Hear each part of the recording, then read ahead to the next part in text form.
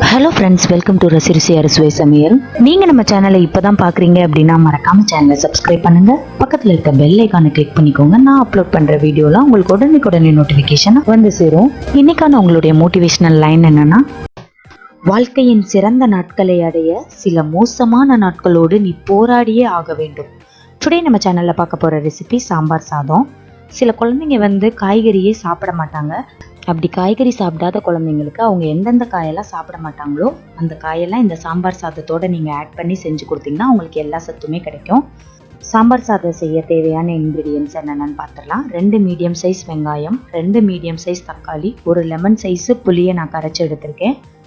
தேவையான அளவு எண்ணெய், உப்பு தேவையான அளவு, நெய் 1 டேபிள் ஸ்பூன்,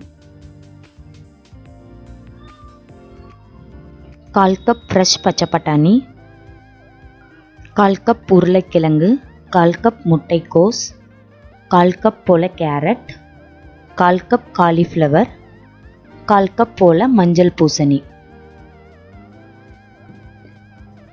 கடுகுளுந்தம்பருப்பு 1/2 டீஸ்பூன், சீரகம் 1/2 டீஸ்பூன், 2 காஞ்ச மிளகா, ஒரு பச்சை மிளகாயை கட் பண்ணி எடுத்திருக்கேன், 1/2 டீஸ்பூன் மிளகாய் தூள், 1/4 டீஸ்பூன் மல்லித்தூள், 1/2 டீஸ்பூன் சாம்பார் பவுடர், கொஞ்சமாக கொத்தமல்லி இலை,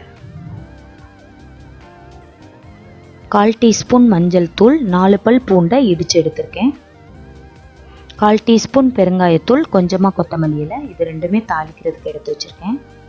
1 கப் சாப்பாடு அரிசி, 1/2 கப் துவரம்பருப்பு எடுத்திருக்கேன். வாஷ் பண்ணிவிட்டு நான் ஒரு 1/2 அன் ஹவர் ஊற வச்சு எடுத்திருக்கேன்.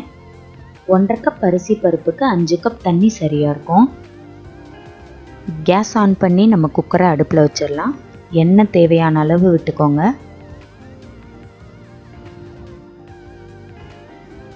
எடுத்து வச்சிருந்த கடுகுளுந்தம்பருப்பு, சீரகம், இது ரெண்டும் நல்லா பொரிஞ்ச உடனே வரமிளகா, அது கூடவே கட் பண்ணி வச்சிருந்த பச்சை மிளகா, இடித்து வச்சிருந்த பூண்டு பல், இது எல்லாத்தையுமே சேர்த்துட்டு நல்லா கலந்து விட்டுருங்க. கொஞ்சமாக நான் கொத்தமல்லி ஆட் பண்ணிக்கிறேன். இது நல்லா வதங்கினோன்னையும் கட் பண்ணி வச்சுருந்த வெங்காயத்தை ஆட் பண்ணிக்கலாம்.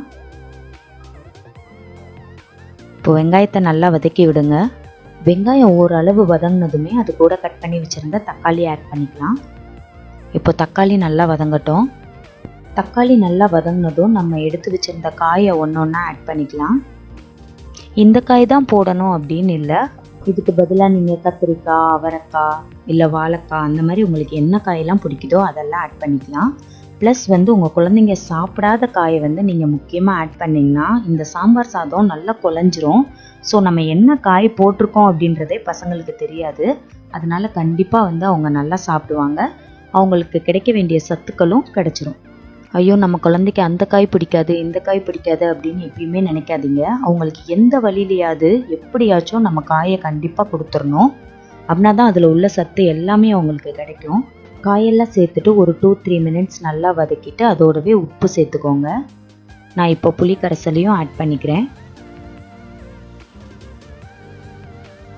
அது கூடவே மஞ்சள் தூள், மிளகாய்த்தூள், மல்லித்தூள், சாம்பார் பவுடர், அவங்கவுங்க விருப்பத்துக்கு ஏற்ப காரத்தை கூட்டிக்கலாம், குறைச்சிக்கலாம். இந்த மசாலாலாம் சேர்த்துட்டு நல்லா வதக்கி விட்டுருங்க. வதக்கி விட்டு நான் இப்போ தண்ணி ஆட் பண்ணிக்கிறேன். இந்த மாதிரி கொதி வரும்போது நம்ம எடுத்து வச்சுருந்த அரிசியும் பருப்பையும் சேர்த்துக்கலாம். உப்பு வேணும் அப்படின்னா ஆட் பண்ணிக்கோங்க. நான் சொன்ன காய்கறியில் நீங்கள் முட்டைக்கோசையும் பூசணிக்காவையும் ஸ்கிப் பண்ணாதீங்க. அது ரெண்டோட ஃப்ளேவர் சூப்பராக இருக்கும். இதை நல்லா கலந்து விட்டுருங்க. இப்போ மூடி போட்டு குக்கரை மூடிட்டு நான் 5 விசில் விட்டு எடுத்துக்கிறேன். நீங்கள் எப்பயுமே விடுற விசிலில் இருந்து ஒரு 2 விசில் ஜாஸ்தியாக விட்டு எடுத்துக்கோங்க. குக்கர் விசில் வந்துருச்சு. நான் இதை இப்போ சைடில் எடுத்து வச்சுட்டு தாளிச்சுக்கிறேன். தாளிக்கிறதுக்கு 2 டேபிள் ஸ்பூன் கீ விட்டுருக்கேன்.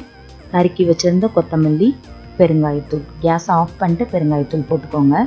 உங்களுக்கு கீ பிடிக்காது அப்படின்னா நீங்கள் நல்லெண்ணெய் இல்லை சமையல் எண்ணெய் இதில் வேணால் தாளிச்சுக்கலாம். நம்மளோட சாம்பார் சாதம் சூப்பராக ரெடி ஆயிடுச்சு. கடைசியாக இதை கலந்து விட்டுருங்க. அது கூடவே தாளிப்பை ஆட் பண்ணிக்கலாம். நான் இன்றைக்கி இந்த சாம்பார் சாதத்தை அப்பளம் அப்புறம் பூண்டு ஊறுகாய் வச்சு சாப்பிட போகிறேன். சூப்பராக இருக்க போகுது.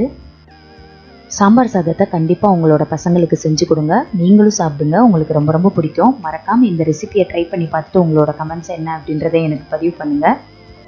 நம்மளோட சேனலை ரசிங்க, நீங்களும் சமைச்சு ருசிங்க. தேங்க்யூ.